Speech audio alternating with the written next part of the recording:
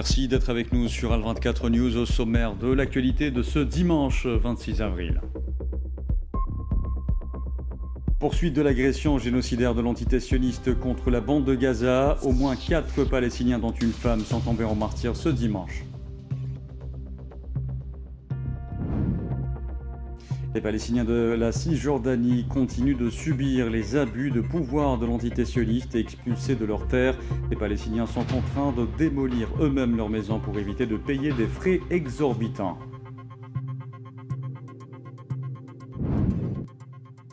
Le guide suprême Mujtaba Khamenei ordonne que le détroit d'Ormuz ne retrouve pas son état d'avant-guerre, exhortant les pays voisins du Golfe à faire preuve de discernement.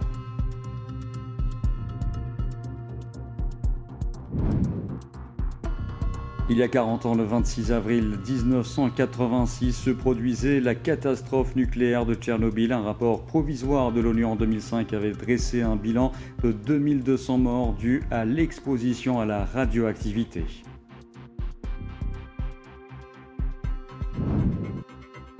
Et puis aux États-Unis, le tireur ayant tenté de faire irruption dans un gala de la presse à Washington en présence de Donald Trump semblait viser de hauts responsables de l'administration américaine, selon la justice devant laquelle il comparaîtra demain.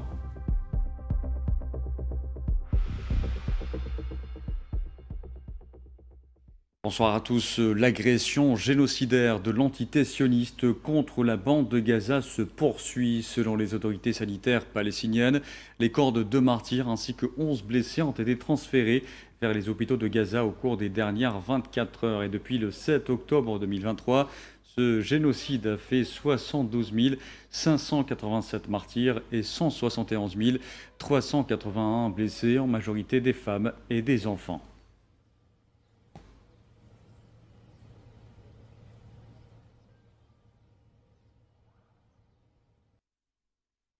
Et je vous le disais en titre, au moins 4 Palestiniens sont tombés en martyrs ce dimanche dans la bande de Gaza, suite à une frappe de drone des forces de l'occupation sioniste dans le quartier d'Al-Zaytoun, au sud-est de la ville de Gaza, visant un rassemblement de civils. Par ailleurs, une Palestinienne a succombé à ses blessures après avoir été touchée par des tirs des forces de l'entité sioniste dans la zone dite de l'abattoir turc au sud de Khan Younes, zone dans laquelle un autre Palestinien est tombé en martyr.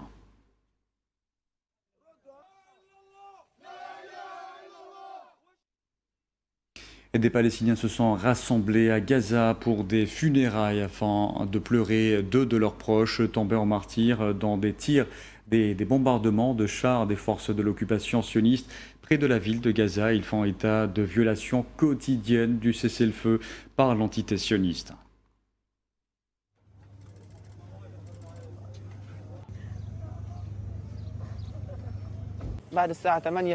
Après 20 heures, des missiles et des tirs d'armes à feu ont commencé sur Netzarim. Nous avons essayé de joindre mon frère, mais il était injoignable. Le lendemain matin à 6 heures, nous avons appris qu'il était blessé. Nous sommes alors allés à l'hôpital Al-Aouda, où après l'avoir trouvé blessé, il a été transféré à l'hôpital Shifa. Là-bas, on nous a annoncé qu'il était tombé en martyr. Non, la guerre n'est pas terminée. Tout cela n'est que foutaise. Ce qu'on entend au sujet du cessez-le-feu, ce n'est qu'une plaisanterie. Non, la guerre n'est pas terminée. Tant qu'il y aura des incendies, des destructions, des martyrs, des frappes, la guerre ne sera pas terminée. À Gaza, les personnes déplacées vivent dans des conditions périlleuses, entassées dans des bâtiments détruits qui ne sont plus habitables. Mais faute d'alternatives, ces Gazaouis mettent leur vie en danger quotidiennement. Amal Amezian-Zitouni. C'est dans cette maison sévèrement endommagée dans l'ouest de la ville de Raza qu'Amal Massoud a aménagé un abri de fortune en fixant des draps au bord d'un mur en ruine pour se protéger. N'ayant nulle part où aller, la déplacée palestinienne vit désormais dans cet espace multifonctionnel. La cuisine se résume à un âtre improvisé au sol, là où Amal prépare ses repas. Une situation qui illustre le cas de la plupart des Razaouis qui trouvent en ces bâtiments détruits leur seule option pour s'abriter. Nous n'avons pas la place de planter une tente. Nous sommes donc obligés de vivre entre ces murs. Mais cette maison est extrêmement dangereuse. Nous vivons dans la peur et la panique. Les fissures s'aggravent avec le temps et nous ne pouvons rien réparer, car la maison penche, comme vous pouvez le constater.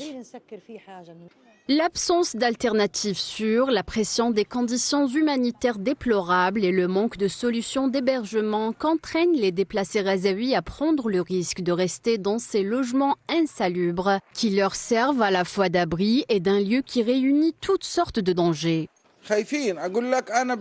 Nous avons peur, ce mur pourrait s'effondrer sur nous à tout moment pendant que nous parlons. Rien n'est sûr ici, tout est détruit. Les murs et les piliers sont endommagés. Regardez ces colonnes, la plupart sont détruites. Nous craignons un effondrement soudain. La dernière fois, nous avons fui en pleine nuit, terrifiés car la maison tremblait comme si elle allait s'écrouler. Le nombre de victimes des effondrements d'immeubles dans l'enclave palestinienne a atteint 25 morts, dont des femmes et des enfants. Cette catastrophe humanitaire croissante n'est pas due cette fois-ci directement aux frappes, mais à leurs conséquences. Faute de moyens, la capacité de la défense civile à gérer ces bâtiments instables est quasi inexistante. Il s'agit de plus de 1200 bâtiments à Gaza qui doivent être démolis immédiatement avec notre matériel afin de prévenir tout danger pour les civils. Le 20 avril, les Nations Unies et l'Union européenne ont lancé un avertissement conjoint indiquant que le développement humain à Gaza avait subi un retard stupéfiant de 77 ans et que 71,4 milliards de dollars américains seraient nécessaires au cours de la prochaine décennie pour le redressement et la reconstruction. La Cisjordanie occupée, cette fois-ci, continue de subir les abus de pouvoir de l'entité sioniste chaque jour qui passe. Les familles palestiniennes reçoivent des injonctions pour quitter leur domicile et leur terre originaire de Selwan à Al-Quds Est. Omar Abou Rajab a décidé de démolir lui-même la maison qu'il a vue naître et qu'il a vécu où il a vécu toute sa vie pour éviter de payer les frais exorbitants de démolition imposés par l'occupant sioniste. Sohila Akilan. Cette maison appartenant à une famille palestinienne de Silwan à Al-Quds Est est en train d'être détruite par ses propres habitants. D'aucuns diront que c'est sûrement pour la rénover ou encore l'agrandir. La réalité est tout autre. Une fois la vie de démolition sioniste placardée à la maison, Omar Abou Rajab savait que les pelleteuses de l'occupant allaient bientôt arriver. Mais pour éviter de payer des frais exorbitants de démolition, il a choisi, la mort dans l'âme, d'aller de l'avant et de le faire lui-même avec ses enfants et ses petits-enfants.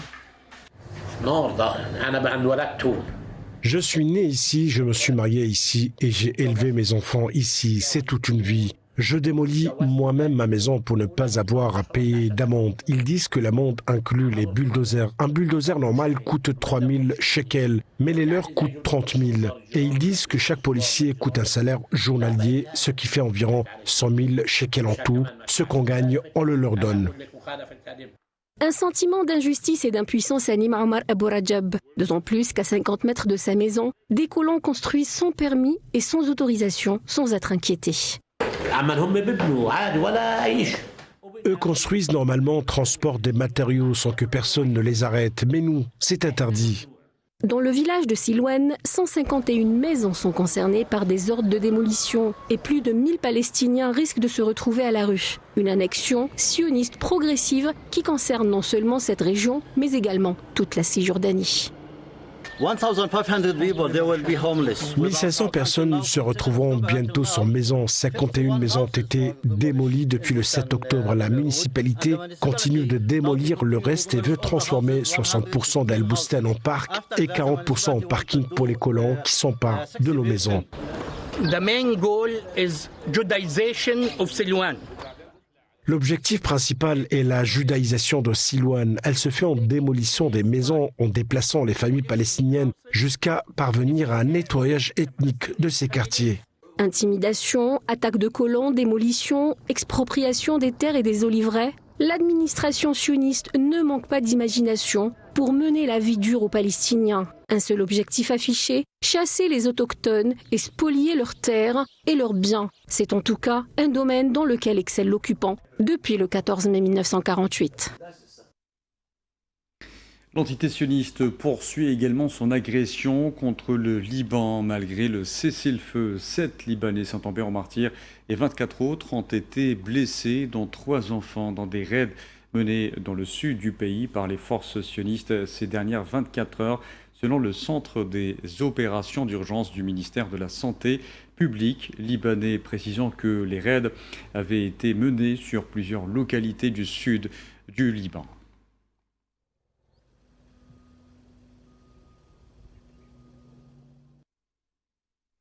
Le ministre iranien des Affaires étrangères, Abbas Araghchi, est revenu ce dimanche au Pakistan dans le cadre des efforts diplomatiques pour une reprise des pourparlers de paix irano-américaine malgré l'annulation par Donald Trump du déplacement de ses émissaires à Islamabad. Selon l'agence iranienne, ISNA, Araghchi transmettra à ses interlocuteurs pakistanais, dont le pays est le principal médiateur entre Téhéran et Washington, les positions et points de vue de l'Iran sur le cadre de tout accord visant à mettre fin complètement à la guerre. Arrivé vendredi soir à Islamabad, Abbas Araghchi s'est entretenu hier avec le chef de l'armée pakistanaise Asim Munir et le Premier ministre Shehbaz Sharif avant de rallier Oman où il s'est entretenu ce matin avec le sultan Haytham Ben Tariq. Abbas Araghchi qui doit rencontrer demain le président russe Vladimir Poutine à Moscou selon l'agence de presse iranienne ISNA.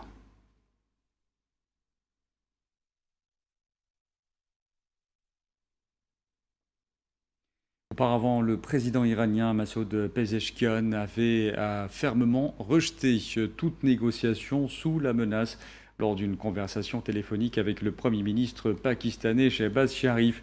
Le président iranien a souligné que le blocus maritime imposé par les États-Unis et les autres mesures prises contre l'Iran avaient entravé l'instauration d'une confiance mutuelle, ajoutant que la poursuite des pressions et des confrontations ne ferait que rendre le dialogue plus difficile.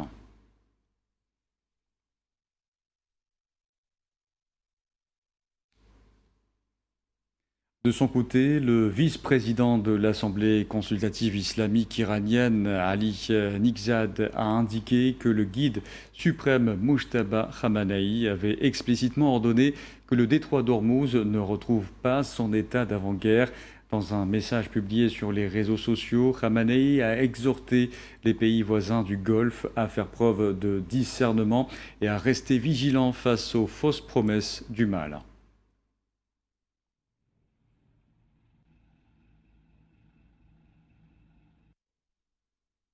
Un choc énergétique mondial historique lié à la guerre américano-sioniste contre l'Iran a provoqué d'importantes turbulences dans le transport aérien mondial en exerçant une pression financière sur les compagnies aériennes qui constatent leurs marges bénéficiaires s'écrouler face à la hausse des prix du kérosène.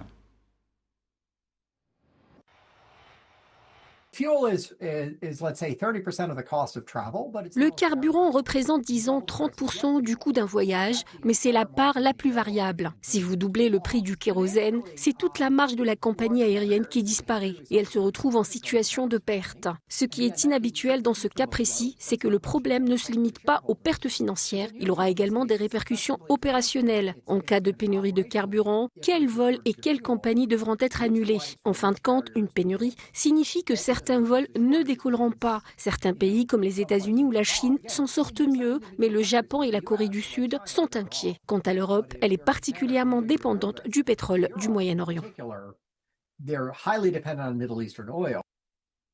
Dans l'actualité également, Sahara occidental, le Front Polisario marque sa présence au premier forum mondial contre l'impérialisme, le colonialisme et le néocolonialisme, dont les travaux se sont ouverts ce dimanche à Moscou. Selon l'agence de presse sahraoui SPS, cette participation qui réunit plus de 100 organisations et formations politiques issues de 80 pays fait suite à une invitation officielle du parti Russie Juste, troisième force politique à la Douma. Cette formation entretient des relations continues avec la RASD et offre ainsi au Front Polisario une tribune diplomatique d'envergure. L'événement permet au mouvement sahraoui de porter ses revendications au sein d'une instance internationale dédiée aux enjeux de décolonisation tout en considérant, ou plutôt consolidant, ses liens avec les acteurs influents de la scène politique russe.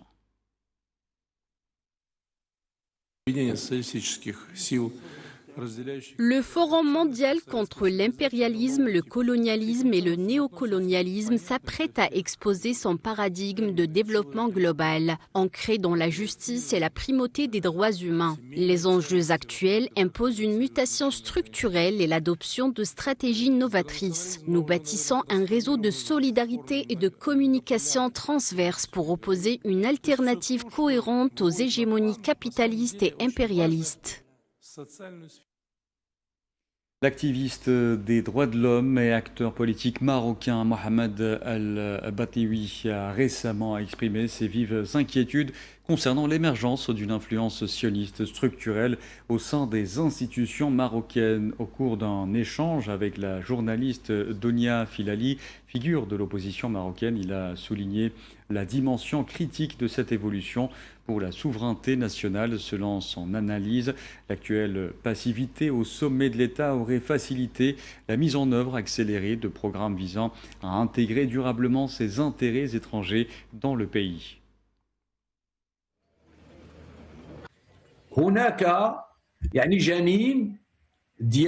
Il y a un fœtus, un noyau de l'État sioniste au Maroc. Nous allons avoir un Somaliland à l'intérieur du Maroc et assumer votre responsabilité. Mohamed VI et les gens qui l'entourent vivent un coma politique. Ils ont un degré d'ignorance inimaginable. Ils ne connaissent pas l'histoire du Maroc et ils ne savent pas où est-ce qu'ils vont nous emmener, ces gens-là.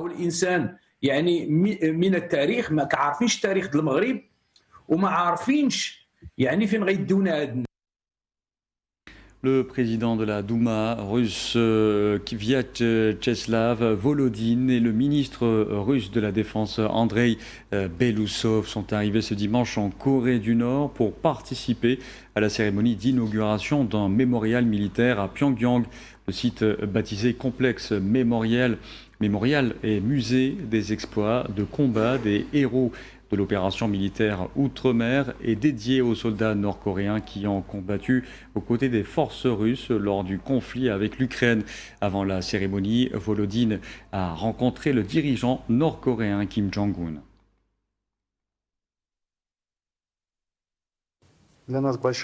C'est un grand honneur pour nous d'être à Pyongyang ces jours-ci et de participer à l'inauguration du complexe mémorial et du musée des exploits de combat des héros de l'opération militaire Outre-mer. L'état-major ukrainien a déclaré de manière officielle ce dimanche avoir mené une frappe stratégique contre une raffinerie majeure à Yaroslav, au nord-est de Moscou. L'attaque aurait provoqué un incendie au sein du complexe industriel dont les dommages structurels font l'objet d'une inspection. Cette infrastructure a été attaquée selon Kiev en raison de son importance déterminante dans la chaîne d'approvisionnement logistique des forces armées russes.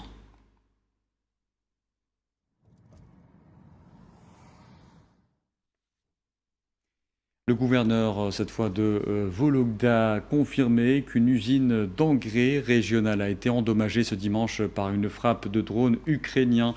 L'attaque a ciblé un pipeline d'acide sulfurique à haute pression à Tcherevpove sur un site industriel opéré par la société Apati. Les autorités font état de 5 blessés, tout en précisant qu'une fuite de substances chimiques a été rapidement neutralisée par les secours.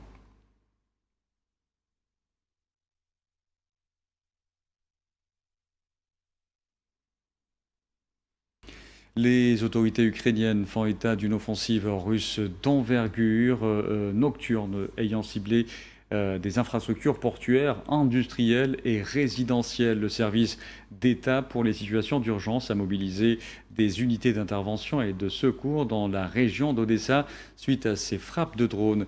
Le bilan provisoire fait état de blessés légers au sein de la population civile, tandis que les dommages matériels font l'objet d'une évaluation technique.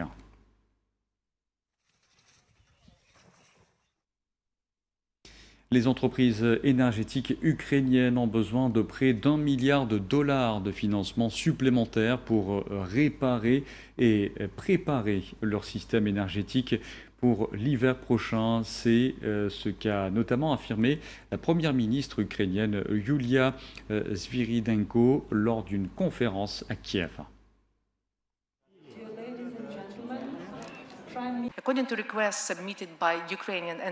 D'après les demandes soumises par les entreprises énergétiques ukrainiennes au Fonds de soutien à l'énergie ukrainienne, les besoins non financés actuels s'élèvent à près d'1 milliard de dollars américains, dont 158 millions de dollars américains représentent les besoins les plus urgents pour la campagne de réparation en cours. L'hiver dernier, l'énergie nucléaire a clairement démontré sa valeur. Les centrales nucléaires fournissent près de 60% de l'électricité ukrainienne. Une centrale nucléaire s'est avérée être une source d'énergie efficace et stable lorsqu'elle est exploitée de manière responsable et durable. Je vous en parlais en titre, il y a 40 ans, le 26 avril 1986, se produisait la catastrophe nucléaire de Tchernobyl. Des réactions en chaîne ont conduit à la fusion du cœur du 4e réacteur de la centrale nucléaire dès le premier jour et jusqu'à 1992. Des liquidateurs ont été envoyés en première ligne afin de contenir le drame. Un rapport provisoire de l'ONU en 2005 avait dressé un bilan de 2200 morts dû à l'exposition à la radioactivité. Depuis, revu à la hausse, les chiffres ne sont toujours pas reconnus et avérés et dépendent de projections statistiques encore débattues.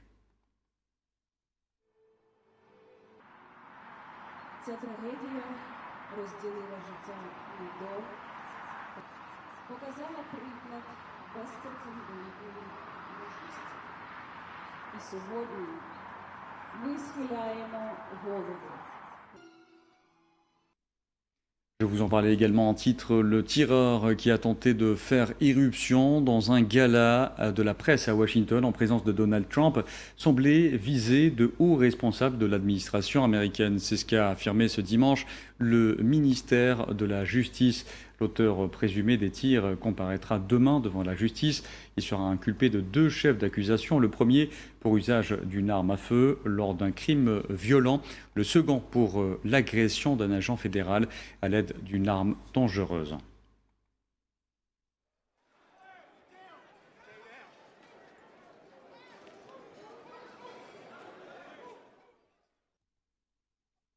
Allez, parlons culture avec le Festival international du film méditerranéen d'Annaba qui se poursuit activement, marqué par la projection de plusieurs œuvres cinématographiques en lice pour le Grand Prix. Au cœur de cette compétition, le long métrage algérien Poupia, signé Yassine Bouaziz, qui a été dévoilé en avant-première, suscitant un vif intérêt auprès des cinéphiles. Ce rendez-vous culturel majeur, suivi de près par notre envoyé spécial Fella El Aili, confirme une fois de plus la dynamique créative et le rayonnement du cinéma national.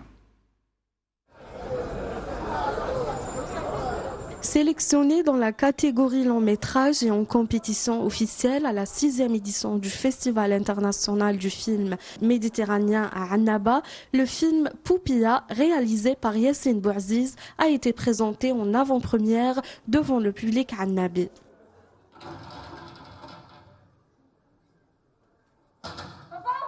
Une projection très attendue avec une belle présence du public et une première rencontre avec les spectateurs algériens. Vous avez vu, j'ai mis plein de références algériennes, de l'humour algérien. Et voilà, donc c'était très important pour moi, c'est une grande fierté. Tout ce que j'ai fait dans ma carrière de cinématographique depuis 15 ans, c'est pour le public algérien et je suis très content que le public ait été au rendez-vous aujourd'hui.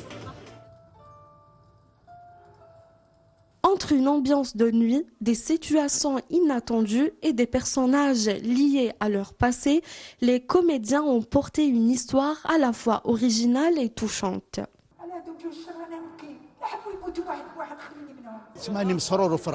Je suis particulièrement honoré de l'accueil enthousiaste réservé à notre œuvre. Cette résonance avec l'audience confirme que nos objectifs artistiques sont atteints. Moi je pense que Poupée a été bien accueilli par le public beaunois et tous les présents ici. Donc que du bonheur quand le public t'applaudit pendant plus de 10 minutes. Donc on est juste content et fier de ce film. Pour moi ce film c'est vraiment le film de l'année. Il ne faut pas rater Poupia de Yassine Bouaziz. C'est le film le plus intelligent, le plus drôle des 10 dernières années du cinéma algérien. L'histoire et le pitch est très simple. Le public, lui, a bien réagi à cette projection.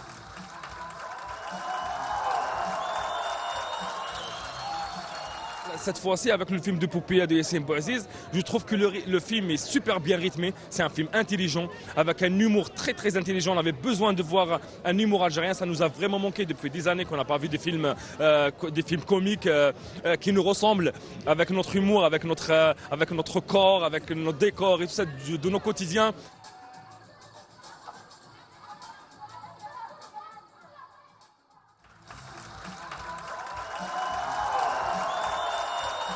Avec cette sélection en compétition, Poupia confirme la présence du cinéma algérien dans ce rendez-vous méditerranéen, avec une histoire différente qui mêle mémoire et regard sur la société.